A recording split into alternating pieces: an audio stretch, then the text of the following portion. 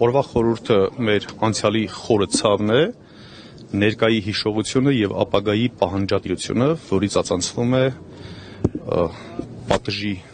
պահանջատիրությունը եւ կանխարգելումը հետագա ցեղասպանությունների ու էթնիկ զտումների։ Ինչ վերաբերում է Նիկոլ Փաշինյանի ուղերձին, Նիկոլ Փաշինյանի ուղերձներին ես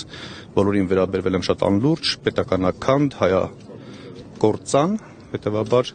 վերջերս նույնիսկ չեմ էլ լսում ինչ ասում։ Երեկվանից ակտիվորեն քննադատում են նաև Ջայրով երկից առաջ ներդրած Թուրքիայի դրոշի այրման գործընթացը, ասում են, որ անթույլատրելի ու դատապարտելի արարք է։ Դե Նիկոլ Փաշինյանը սպասարկում է, դա պատահական չի, սպասարկում է թուրքական շահերը եւ Հայաստանի Հանրապետության ապամոնդաժման ծրագիր է գործարկել, հետեւաբար կարող է դատապարտել ցանկացած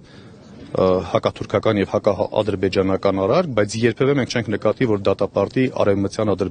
Ադրբեջան թեզերը եւ հետ իր գործողություններով նպաստի, որպեսզի հայի հիշողության մեջի ջնջվի եղերնը, ջնջվի մեր պատմական հիշողությունը եւ մենք նույնիսկ չենք էլ լսել Նիկոլ Փաշինյանից, ես ամենայն դեպս չեմ լսել Արցախի մայրաքաղաք Ստեփանակերտում առաջնորդանից եկեղեցու ապամոնտաժման դատապարտման որևէ խոսք։